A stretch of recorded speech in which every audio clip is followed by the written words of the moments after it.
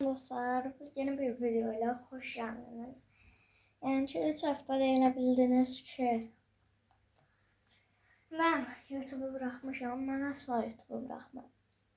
Videom çəkmək məqsədim odur ki, incəcə Brawl Stars videosu. Bu videoya like atıb abunə olmayı, bildirim işarəsini açmayı unutmayın. Bu videodan çəkmək məqsədim odur ki, girmişdim savaş topuna, qarşıda bir Rosa Tara var idi. 4 dəfə ulti attım Dynamite'la. Yeni skin almışdım. Görəcəksiniz, 11 dənə kill aldım. 11 kill.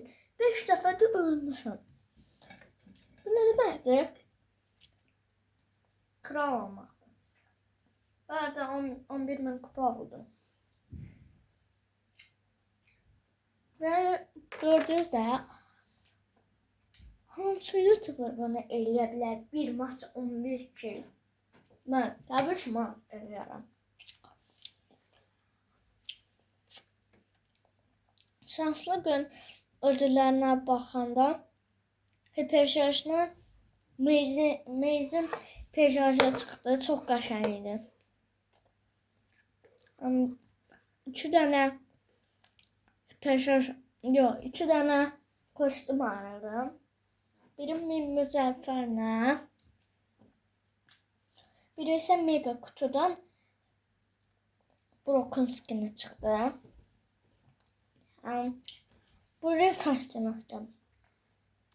Orada zır kabak şaşanda burası.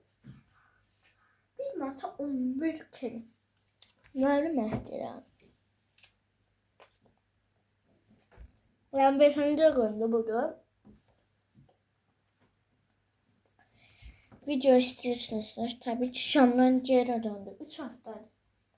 3 haftada başlı şartlar. Ya. Şu çağrımız adam oldu. Bunu da. Daha 6 deyəndə ki 2016-cı ildə də oxumuşam. Ölməkdir ki karımız adam 6.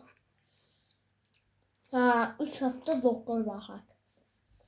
Brawl Stars'ın şaşını çəkdim. Plastik. Bu arada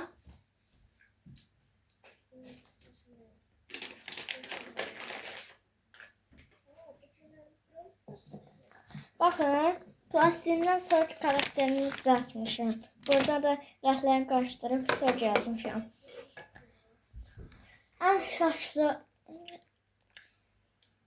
En şanslı günüm bu gün ola bilər. Çünkü her şey oldu. 11 kill. Bu video az olacaq. Ama 10 verəm ki, heç videosu mənim kimi 11 kill ala bilməz. Mən edə bilirdim ki 5 kill alacağım. Takım arkadaşlarım zibil kimi oynayıblar.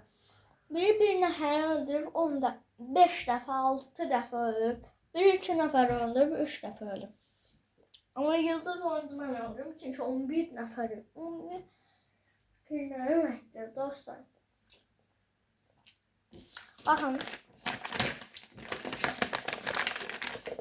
Search sevenlerden biri Serhat. Bu arada Search'ün oyuncağını alacağım. Trençalar. Bu arada Trençalar rakamı değil. Siyahlıdır. Neyse dostlar, bu video bu kadardı. Sonrasında kanalım canlı bilin çekerim dondur.